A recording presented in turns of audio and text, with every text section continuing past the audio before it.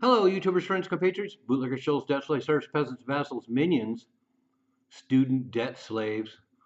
I'm a useful idiot. Welcome. And buckle up. I think this is probably going to be a long one. I gathered a fair amount of material, and a lot of this stuff is in my head. But I want to talk about the student debt loan forgiveness plan that's been going on, implemented by the Biden administration. And when you look at all the details, it truly is an epic scam. And I know, like a lot of people, I feel for people who are under crushing debt. I feel for students that have been exploited and are saddled with huge amounts of debts, with degrees that can't afford them to live, let alone pay off their bills, et cetera. So I do feel for them, and I understand their enthusiasm for getting their debt load removed. But like I like to say, let's get into the gruesome details. First of all, we have a debt accumulation of $1.6 trillion dollars, student loan debt, an average of $28,000 per person. And we have 43 million people with federally backed student loans. And I've been watching these numbers go up year after year for at least the last 10 years. And it's been a train wreck waiting to happen. I remember when it was, 700,000 and eight, I mean, 700 billion and 800 billion, and then crossed the trillion mark, and now we're at $1.6 trillion dollars, a huge amount. And the 43 million people that have federally backed loans, that's only a portion, because there's also a large portion that have private student loan debts, and those are the ones who are going to continue carrying the debt because Biden is not in a position to forgive their debts. But one of the things about the student debt loan cycle is it's a symbiotic relationship between the schools, the loaners, and the tuition rates. And as long as they're federally backed and guaranteed, there's no impetus for schools to change their habits, and there's no impetus for the tuition not to keep rising and rising and rising. So, like so many other things, um, the entire financial situation of this just continues to roll on, and they don't address the core issues. They just dance around it, like this debt loan forgiveness program. And so total debt forgiveness right now under the Biden administration is $167 billion dollars, and that's covering 5 million borrowers. And so, when you consider that probably 50 to 60 million people have student loan debts, this $5 million dollars that's being addressed in total so far is really not that great a percentage.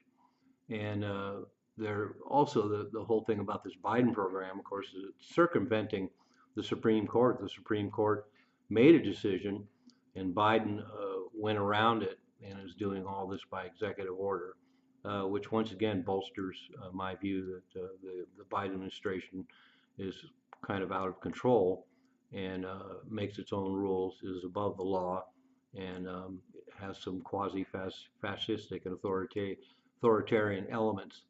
And so the latest um, forgiveness chunk is $7.7 billion dollars. This was announced about a week ago, and that covers only 160,000 borrowers. And so the loan reductions are in the range of between $5,000 and $20,000. So once again, the numbers, considering the total debt, are mere fractions, and to shell out $7.7 billion dollars for 160,000 borrowers, I mean, that's a lot of money for a small percentage of people. So once again, that's a fatal flaw with this decision and this program. And a lot of these students, of course, the student loan payouts were frozen in 2020 during the pandemic, and zero interest and tax exemption was given. So, they've had 4 years or so where they didn't have to deal with their student loan debts at all. And of course, I have to add, if they'd been smart, they would have used those 4 years to shore themselves up and prepare for the day when their student loan payments would resume, but I doubt if that happened. But it's kind of really interesting and disingenuous to see the language that's used by the people who champion these programs. One of them said, quote, to provide life-changing relief for hardworking Americans and uplift communities of color, unquote. But of course, ultimately, it doesn't really uplift communities of color because that's not where a lot of the student loan debt is. And also the idea that it's going to be life-changing is exaggerated, and also the fact that it's just going to help hardworking Americans.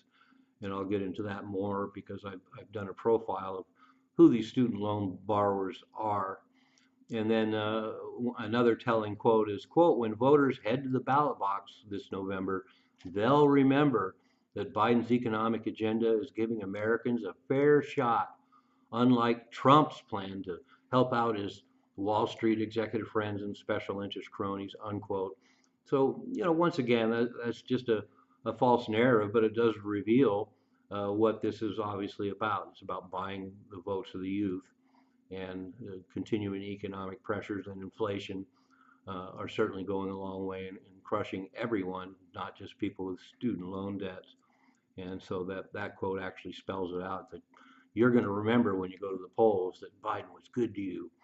So, where they could really help alleviate people is not necessarily forgiving their student loan debt, because even if they get their student loan debts forgiven, they still have to deal with continuing inflation, and then housing prices that put them completely out of the market, and not to mention the exorbitant credit card debt.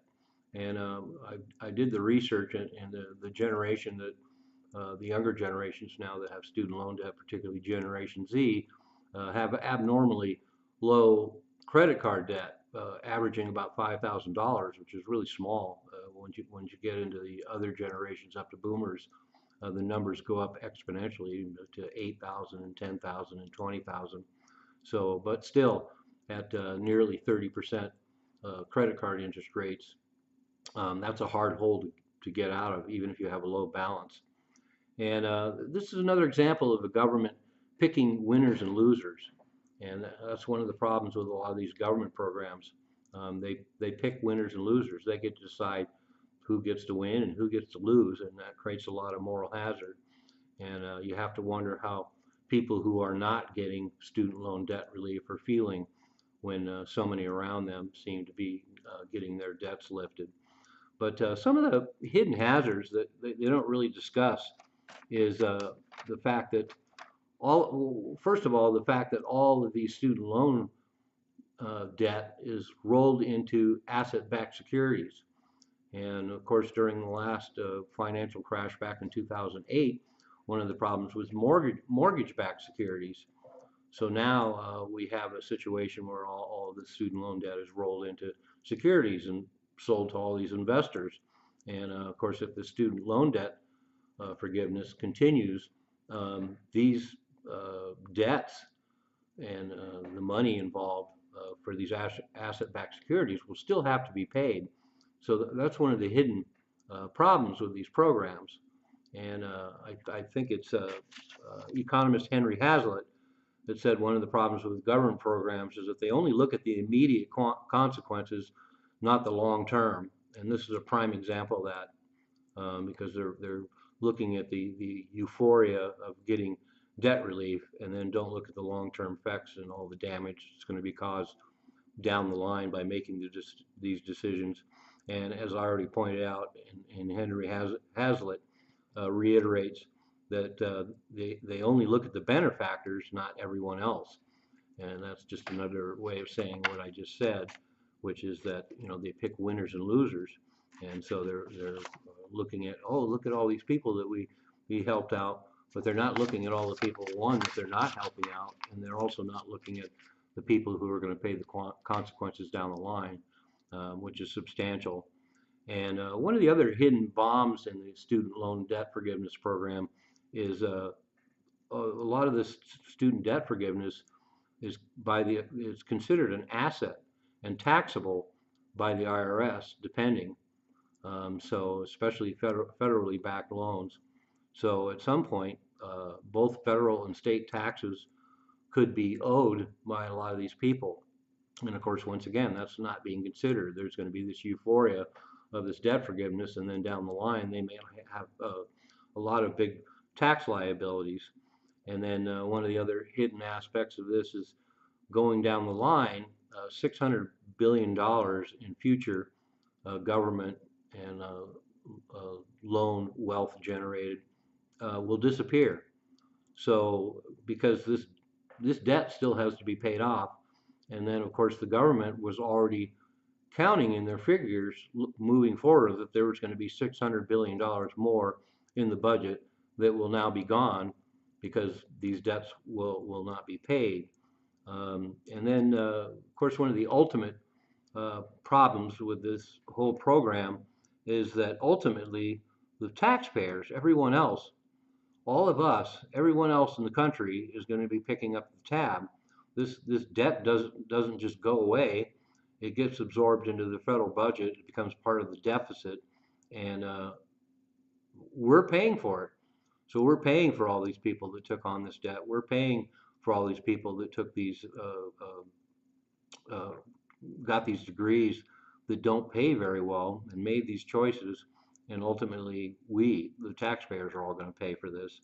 And the you have to remind people that these people took on this debt by choice. Once again, in line with everything else I've just been saying, they made this choice, and now they feel they're entitled not to have to pay these debts. But they willingly took on these debts, and why that is a problem that has to be pushed onto the taxpayer, and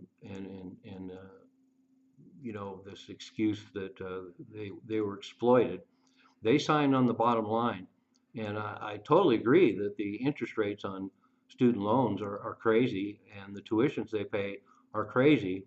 But that's the core of the problem, and they're not addressing that at all. And once again, that's a problem with a lot of government programs. They don't address the real issues at the heart of these problems. Student debt will keep continuing to climb, and it is at an exponential rate. The tuitions are not going to go down, and this will just continue to grow while they forgive, a very small percentage of debts and help a handful of people.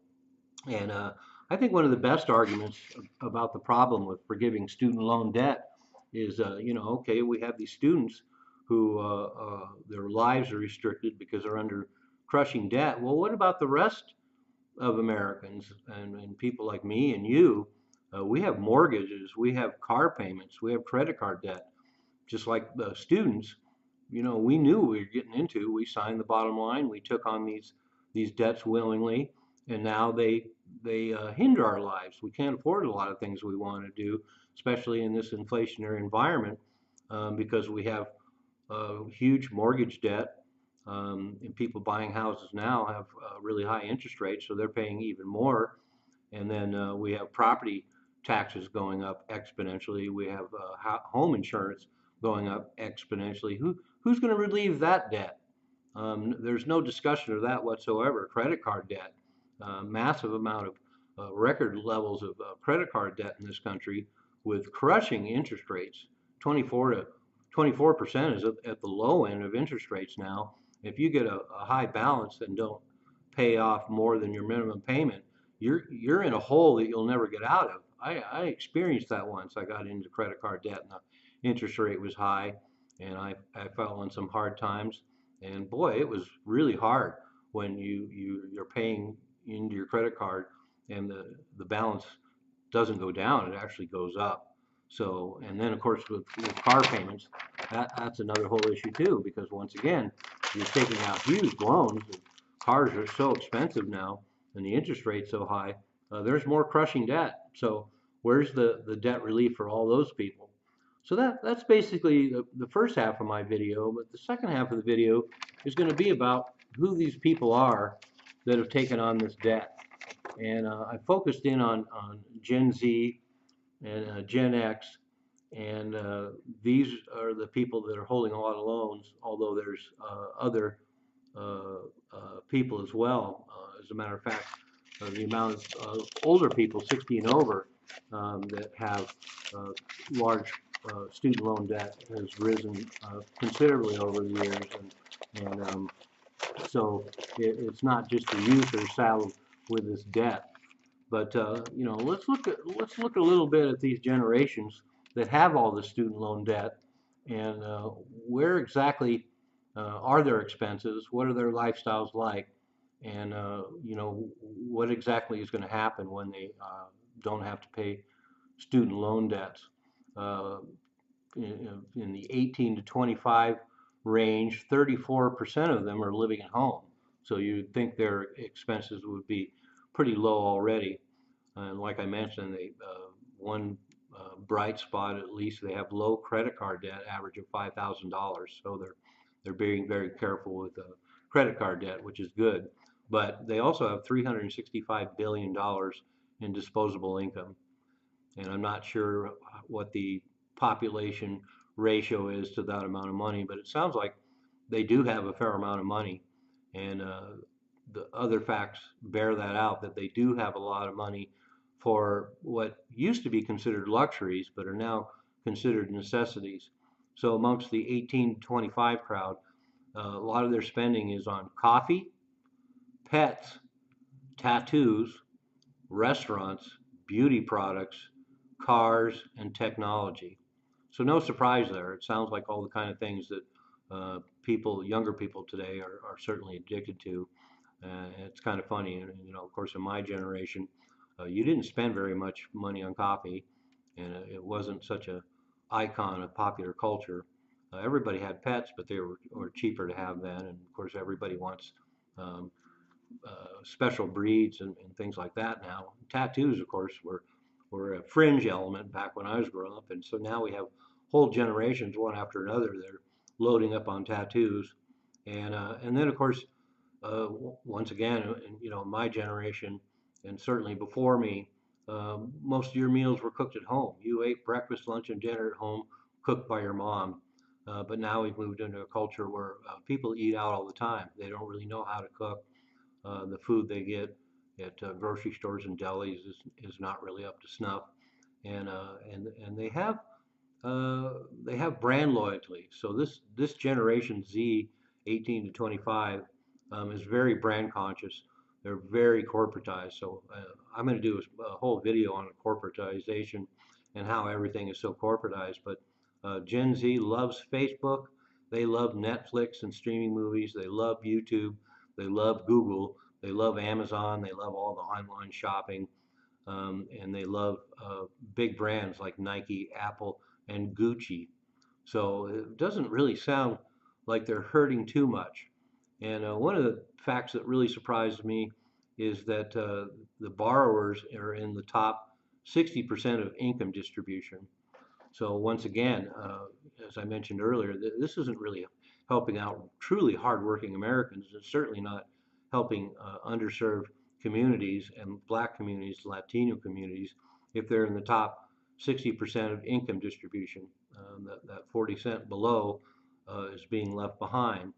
And one of the other things that's interesting as well is that the use of drugs and alcohol is actually going up.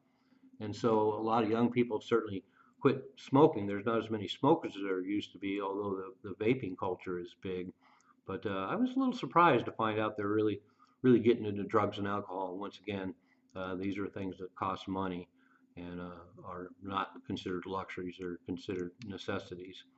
And one of the things at the heart of the problem with the student loan debt too, and one of the problems why these young people and these students can't service their debt is because they're getting degrees as social workers and all kinds of and teachers and a lot of low paying jobs. So they take out, 20, 30, 40, 50, 60, $100,000 in loans to get a job that pays 60, 70, $80,000 a year, which to me is kind of shocking because it wasn't that long ago, 10 or 20 years ago, where if you made 60, 70, $80,000 a year, You were living pretty large, but now that's almost